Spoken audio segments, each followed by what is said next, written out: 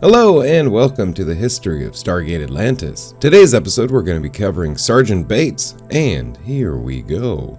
Bates is currently an agent for the International Oversight Advisory. He originally held the rank of Sergeant in the United States Marine Corps, having been assigned to the Atlantis expedition under the command of Colonel Marshall Sumner and later Major John Sheppard, until he had a near-fatal encounter with the Wraith in 2005. Which ultimately resulted in him receiving an honorable discharge and later joining the IOA as a special agent. 2004. During the first off-world mission to Athos, Bates, Sumner, and several other Athosians were taken by the greatest threat in the Pegasus galaxy, the Wraith. Bates and most of the Athosians were rescued by a Marine team led by Major John Sheppard, though Sumner was killed.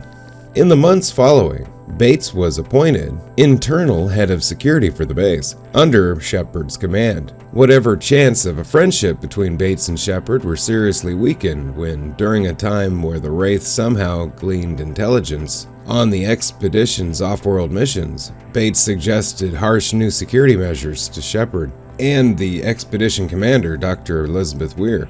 Bates's requests were partially approved, badly straining the relationship between the Tok'ra and the Athosians, and eventually drove them to settle on the mainland. The situation between Bates and Sheppard worsened when Bates centered his investigation on Tok'ra and exposed her as an unintentional spy. After the capture of Steve the Wraith, Bates was put in charge of security around the Atlantis brig, in which Steve was held.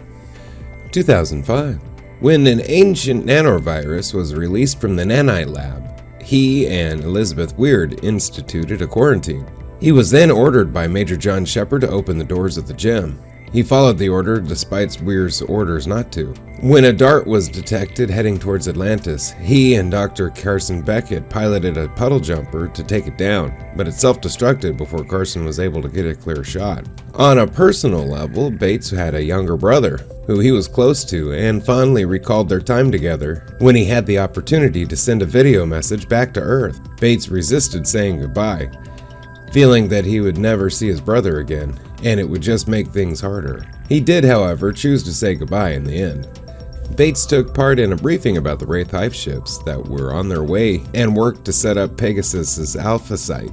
After the Alpha Site came under attack, Bates managed to make it back with all of his men and was confused by the fact that the Wraith attacked an uninhabited planet. After learning of the discovery of the true extent of Tok'ra's abilities, along with the fact that Tok'ra had been possessed by a Wraith, Bates's suspicions of Tok'ra were further exacerbated, especially after Tok'ra wanted to connect with the Wraith again. When Tok'ra lost control and was possessed by the Wraith for a second time, Bates took her down with 2 shots from a Wraith stunner rifle, having stayed on hand in case something happened once again. Hours before the Wraith came to arrive, things came to a head between Tok'ra and Bates. They argued, which culminated in Bates accusing her of being in service to the Wraith, which is a serious insult among the Athosians. Later, when a Wraith fleet approached the mostly undefended city, Bates was badly injured in an encounter with a Wraith infiltrator named Bob, while attempting to stop him from sabotaging the city's Naquadria generators. Bates suffered several fractured ribs, a broken collarbone, and a severe concussion that caused a subdural hematoma. As a result, Beckett was forced to put him into a medically induced coma until the swelling could be dealt with, which prevented Bates from explaining what had happened to anyone. However, Wraith DNA on his clothes ultimately revealed the truth.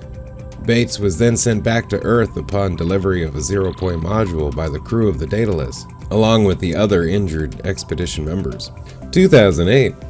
Due to the injuries that he sustained, and likely his incompetence while a security chief in Atlantis, Bates was honorably discharged from the United States Marine Corps, but shortly afterwards was contracted by the International Oversight Advisory and offered a job as a special agent in the IOA Field Operations Division, dealing with alien threats on Earth. Bates accepted and in the course of his duty aided Lieutenant Colonel John Sheppard and Ronan Dex in tracking the renegade replicator. When the replicator was cornered, he was paired up with Dr. Richard Poole. Poole later struck him on the head with a board and knocked him out.